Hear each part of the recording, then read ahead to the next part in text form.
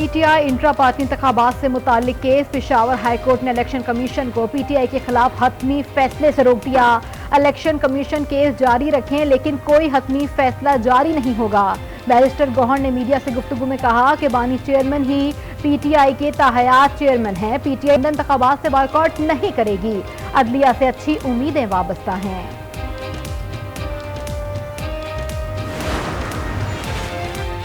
P T I نے fraud election کروایا، ان کے خلاف کارروائی ہونی چاہیے۔ نون لیگ کا مطالبہ، عطا تارڑ کہتے ہیں چوری بھی کرتے ہیں اور ہیرا پھیری بھی۔ بانی پی ٹی آئی کا پہلے دن سے مال کمانے کا ایجنڈا تھا۔ یہ وہ لوگ ہیں جنہوں نے دشمن کے عزائم کو عملی جامہ پہنایا۔ پاکستان پیپلز پارٹی رہنماؤں کی چیف الیکشن کمشنر سے ملاقات، تحفظات اور شکایات سے آگاہ کیا۔ ایم کیو ایم سیاست کا بوڑھا گھوڑا ہے، در در جا کے اتحاد کی بھیک مانگ رہے ہیں۔ کتنے بھی اتحاد بن جائیں یہ پھر بھی ہاریں گے۔ سعید غنی کے وار، فیصل کریم کنڈی نے کہا کہ الیکشن کمیشن انتخابات کرانے کے لیے پوری طرح تیار ہے۔ تاج ایدر کہتے ہیں پیپلز پارٹی کسی صورت الیکشن میں تاخیر نہیں چاہتی۔ انتخابات صاف اور شفاف ہوتے نظر نہیں آ رہے ہیں۔ دھاندلی زدہ الیکشن کو کسی صورت قبول نہیں کریں گے۔ ہم سڑکوں پر آ کر اپنا مینڈیٹ منوائیں گے۔ خالد مقبول صدیقی کی وارننگ، کہا سندھ میں نگراں حکومت 15 سال کی حکومت کا تسلسل ہے۔ اعجاز انور چوہان اور نثار دورانی کے ہوتے ہوئے انتخابات تسلیم نہیں کریں گے۔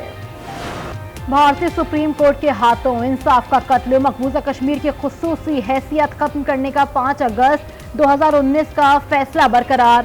بھارتی سپریم کورٹ نے فیصلہ سنا دیا، مقبوضہ کشمیر کی خصوصی حیثیت بحالی کی درخواستیں مسترد۔ 30 ستمبر سے پہلے مقبوضہ کشمیر میں انتخابات کرانے کا حکم۔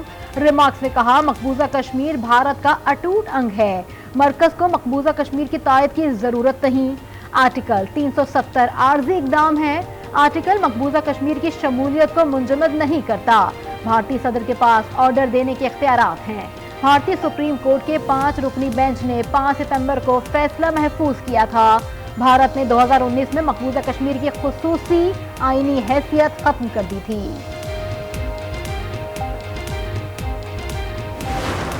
سپریم کورٹ کا آج کا فیصلہ یہ ایک پڑاؤ ہے، مشکل ہی صحیح پر پڑاؤ ہے، یہ منزل نہیں ہے ہماری۔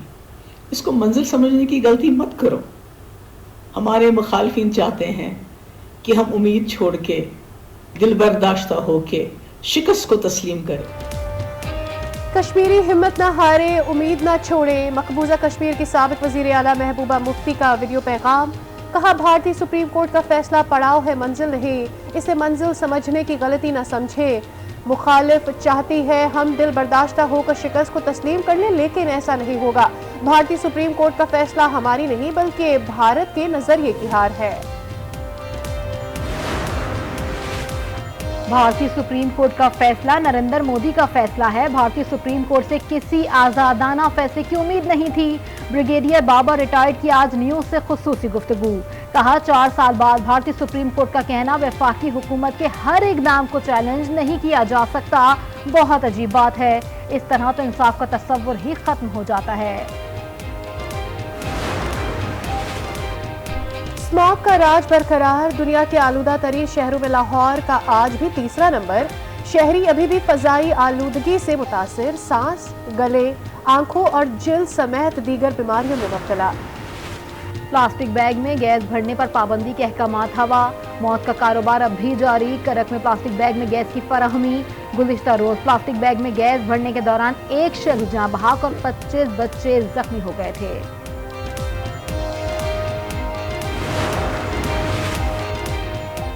پنجاب میں یوریا کھاد کا بحران، حکومت کے کسانوں کو ریلیف کے دعوے دھرے کے دھرے رہ گئے۔ مارکیٹ سے یوریا غائب، یوریا کھاد کی عدم دستیابی کی وجہ سے گندم کی فصل کو نقصان پہنچنے کا خدشہ۔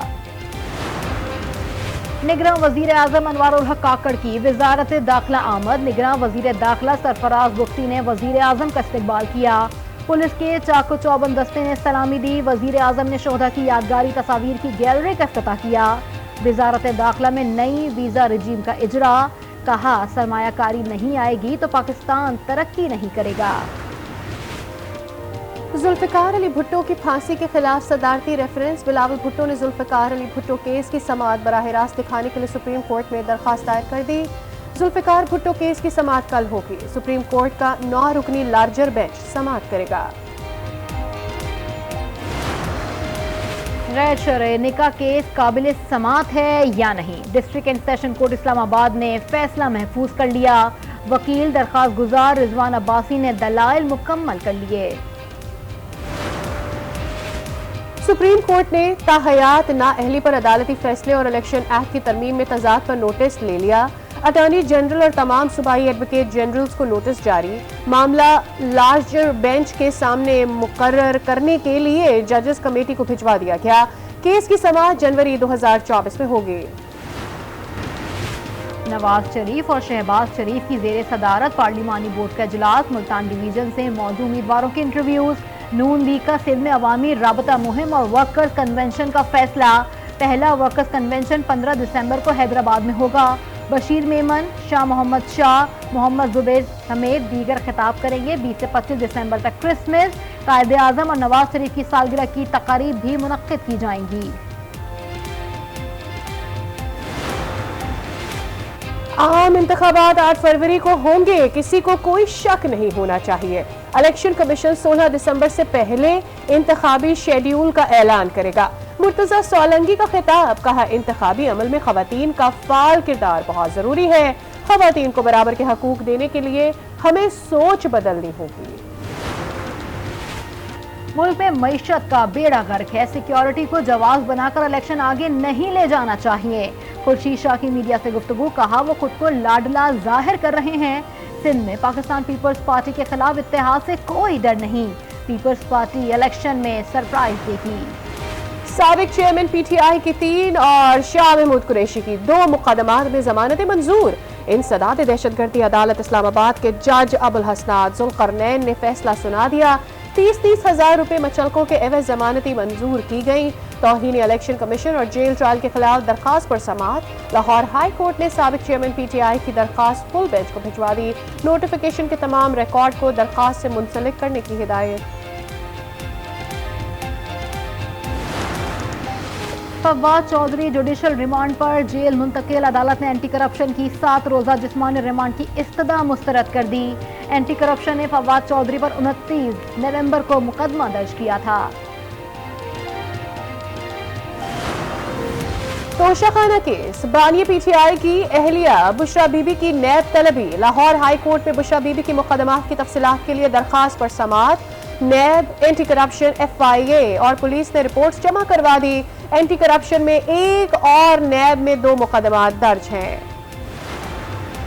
سپریم کورٹ نے خیبر پختونخوا کسٹم کی اسمگلنگ کے ٹرک پکڑنے سے متعلق اپیل خارج کر دی۔ چیف جسٹس نے ریمارکس دیے، کسٹم حکام پہلے خود پیسے لے کر گاڑیاں اسمگل کراتے ہیں اور بعد میں خود ہی پکڑوا دیتے ہیں۔ پشاور میں جا کر دیکھیں کیسے گاڑیاں اسمگل ہوتی ہیں۔ ایشیائی ترقیاتی بینک نے پاکستان کے لیے مزید 15 کروڑ 55 لاکھ ڈالر فائنینسنگ کی منظوری دے دی۔ 10 کروڑ ڈالرز لیگل اور ریگولیٹری اصلاحات پر خرچ کیے جائیں گے۔ مالی اداروں کے ذریعے خواتین کو کاروبار کے لیے 5 کروڑ ڈالرز کے قرضے دیے جائیں گے۔ آئی ایم ایف نے پیٹرولیم لیوی بڑھانے کی شرط رکھ دی۔ موجودہ مالی سال میں لیوی ٹارگٹ پہ 49 ارب روپے کا اضافہ ہوگا۔ رواں سال پیٹرولیم لیوی کا ہدف 869 ارب سے بڑھا کر 918 ارب روپے تک لے جایا جائے گا۔ 49 ارب روپے کے ٹیکس اضافے کے لیے آرڈیننس لائے جانے کا امکان۔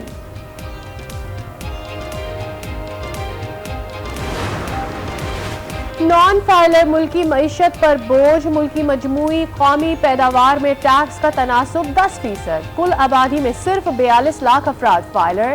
نان فائلرز کاروباری افراد کے لیے درد سر بن گئے۔ اسرائیل کی غزہ میں دہشت گردی جاری، ایک دن میں 250 حملے، مزید 300 فلسطینی شہید، کئی زخمی بچے اسپتالوں میں تڑپ تڑپ کر دم توڑ گئے۔ خان یونس میں بمباری، 2 بچوں سمیت 11 جانیں لے گئی۔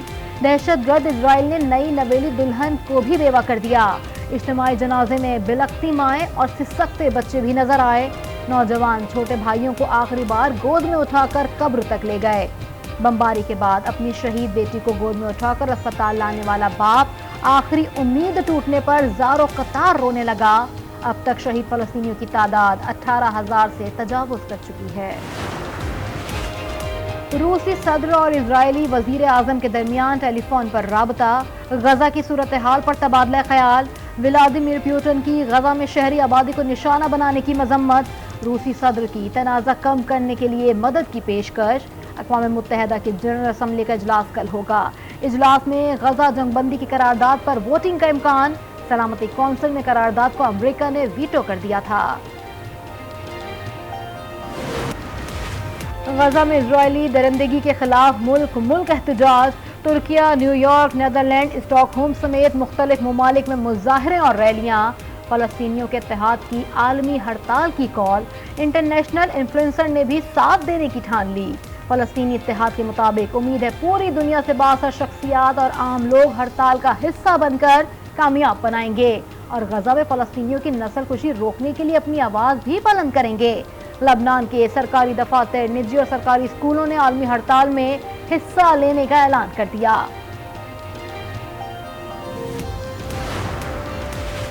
آرمی چیف کی ملٹری ڈپلومیسی کا 1 سال، جنرل عاصم منیر نے خطے میں امن کے قیام کو اولین ترجیح دے دی۔ اہم ملاقاتوں میں معاشی ترقی، امن اور خوشحالی کی مضبوط بنیاد فراہم کی۔ باہمی تعاون اور سرمایہ کاروں سے متعلق اہم کامیابیاں، سعودی عرب، متحدہ عرب امارات اور چین سے معاشی، عسکری اور سماجی شعبوں میں تعلقات کو بہتر بنایا گیا۔ دورہ ایران، ازبکستان، آذربائیجان میں باہمی تعاون کو نئی سطح تک بڑھانے کے عزم کا اظہار۔ آرمی چیف کا امریکہ کا دورہ اسٹریٹجک اہمیت کا حامل ہے۔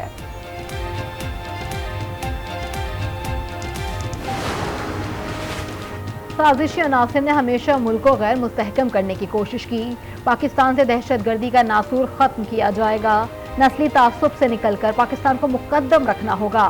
نگراں وزیر داخلہ سرفراز بگٹی کا تقریب سے خطاب۔ اسٹیٹ بینک کی مانیٹری پالیسی کمیٹی کا اجلاس کل ہوگا۔ ملک کے معاشی اعداد و شمار کا جائزہ لیا جائے گا۔ مہنگائی کے باعث پالیسی ریٹ میں تبدیلی کا امکان نہیں، شرح سود میں 1% تک کمی متوقع۔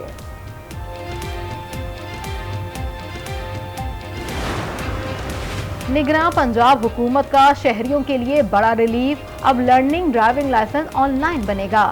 محسن نقوی نے online learning driving licence app کا باضابطہ آغاز کر دیا۔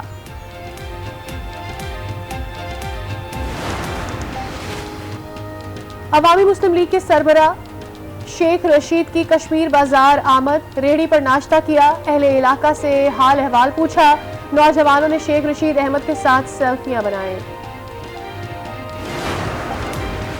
غیر قانونی مقیم غیر ملکیوں کی وطن واپسی کا سلسلہ جاری۔ گزشتہ روز 1930 افغان شہری اپنے ملک واپس چلے گئے۔ پاکستان چھوڑنے والے غیر قانونی افغان باشندوں کی کل تعداد 4,23,031 تک پہنچ چکی ہے۔ سرگودا میں جامع مسجد شیر شاہ سوری ایک اہم تاریخی ورثہ، مسجد کا حسن محکمہ آثار قدیمہ کی غفلت سے ماند پڑ گیا۔ مسجد کی اندرونی عمارت کا پلستر اور دیواریں بھی ٹوٹ پھوٹ کا شکار۔